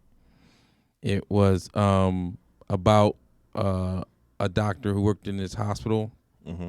It came on, I think, Cinemax and sometimes HBO, but it starred Clive Owens, and it was like in the they was like before medicine was medicine. Wasn't that the joint they was trying to figure out how to give like painkillers or something to the Yeah, patients? they were trying to figure out how to do everything. And the boy was like trying it out on himself or something. Yeah, it was intense. It was an intense draw. Now, the reason why I picked it is because first they did a great job on the set. You know what I mean? To make you really feel like you was in that era. And then it's like also because of the storyline about the primitive like medicine and medical use, like these are supposed to be like trained professionals, and they're using like dumb shit that me and you could do in a heartbeat. It's a scene where we're in COVID era, where this guy didn't want to deal with this patient, and because it was a new black the doctor working at the hospital, and he felt some type of way and felt kind of threatened because he was supposed to be taking the position that he wanted. You know what I mean? So he was like checking up on the patient, and he grabbed like a chart and he started like handling the patient. The patient had like, I think, like TB or some shit. I don't know exactly what he had, but he didn't wash his hands. He didn't wash his hands, and he was just like messing with the patient and everything. He didn't wash his hands, and they showed it, and they showed a close up of him not washing his hand. And he went home and he touched his baby, and his baby got sick, like that, and like grew a fever. Like his head got disproportionate. I don't know what the hell happened, but that shit was crazy, and it was all because he didn't wash his hand. Like proper washing your hands back then was drawing, like literally killing you. Like that shit was insane. You know what I mean? But it was just the way he shot it. The same person that did Children of Men with Clive Owens was the same person that kind of did that show. And that's like the way he shot films. If you ever see his films, I think it's like Steve Seidenberg or something like that. Yeah. You know what I mean? The way he shoot films is like, it was really, really good, man. I mean, that show was pretty good. I always felt like that was an underrated show. It got like maybe, I think like, did it get 2 seasons? I think it got 2 seasons. But yeah, I mean, it was a really good show, and I always thought like that was pretty good. So, Rico, we were about to wrap this up. I want to ask, is there a website or something where people can go to see your stuff or anything? Well, right now I'm currently revamping my website. Okay. But right now you can go on YouTube to my my YouTube page. That's 54 Vision. Basically the word 5, the number 4. Hold on, Vision. the link will be in description. We got you. We got you on that one. With that being said, is there any kind of for your new movie, you got everybody, or are you looking for people to cast or whatever? Can they contact you or anything like that? Well, Maybe interested in working with a young, talented person? Who wears a bear sweatshirt and a bear's hat? Well, for the one I'm shooting in Not me. October, Yeah, you did say talented. we're still and young. We haven't started casting that one yet. We haven't started casting that one, so people can still send in their reels. And That's what I'm everything. saying. Yeah. Yeah, they can still send in their So reels. where would they be able to send in info to? You can email me at ricodeniro@gmail.com. You can inbox me on Facebook. On Instagram at 54 Vision. You can hit me up on Facebook, either 54 Vision or Rico Aleus, Aleus. Yeah, you can contact me through those methods. And for your shoes, where can we find these lovely sneakers at? Well, you could get in contact me. You can contact me through the Until the website is back up, I guess. Yes. Okay. You contact me through Instagram, Facebook. Those same outlets that you said before. Yes. Okay. Same exact outlets. You can All right. find me on all 3 of those. All right. With that being said, we are going to wrap it up for another episode of Prime Debate with Stats. I want to say that this is brought to you by Crack Bell Productions. We're also on Instagram and Twitter, and this will be up shortly on YouTube, Facebook Live. Please say the place where that you can watch this video at. CB Pro Live. Thank you, Prime. I want everybody to have a good weekend with the holiday coming up and everything. Won't be recording next week. I'm telling you that right now. We're not recording. So we'll see you in like mention no names. Someone might be too drunk to record. You know what I'm saying? We'll see you in 2 weeks. Be safe. One thing. Oh. I just want to thank both you guys for having me on. Like, Absolutely. This really meant a lot. Like, I really appreciate this. Oh, no. No, thank you. We are for the people. We are for the people. Yeah. That's what we do. That's what we do. Yeah. Come get us for November. Vote for us in November. Oh, First of all, you just got to vote. We're not talking about that. Yeah, again. I thought so. We're not having this And episode. shout out to my wife, Tara. She probably watching this. Hi, Tara. And can you make my Beyond Burger for me? I know that's right. In the chat, somebody said something. It was earlier in the chat when you were talking about how it was easy to make like a book compared to a script. Somebody, it was Arthena, the writer Lee, said, "Not true. Offended. Hating on book writers, writing stories, and where it begins. Shaking my head." I apologize, but I feel like that script writing is hard. Did you ever write a script? You wrote books? I actually know who that is. She has like 2 books out. Yeah, but did she ever write a script? I don't know that. I challenged my man Rico to challenge you in the book. Script writing contest. We will have this duel. I don't want no smoke. Tell her please that She writes for a living. I don't want no smoke. yeah, we gotta have I our do we gotta too, have our but- we gotta have our writers on here. We know so many writers. Yes, we do. We need to have them on here. We're going to work on it. Yeah, we will get them here. So, They might be our next guest. shaking my head, I don't mean that your work was hard or I mean easy. I just wanted to say that it wasn't as easy. What he said. Yeah. What he said. But yeah, so Y'all got no gunshot sound effects for that one? no, we ain't get to the sound effects board yet. We're gonna get there eventually. We got to work our way up to that. Yeah, we still, like I said, we're still struggling. We're still starting out here. Hey man, y'all doing it, man. But Y'all started it. That's the main thing. Y'all started it. Y'all got it rolling.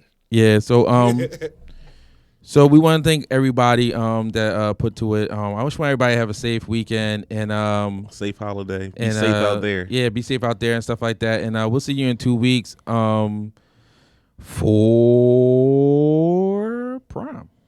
Bye-bye. For Key. See you guys. All right, I'm the Great Debater. I'm Dre. I'm out. Stat Boy's not here, so Yeah, whatever little that. noises, whatever. All right, peace. Rest in peace, Jess. Peace.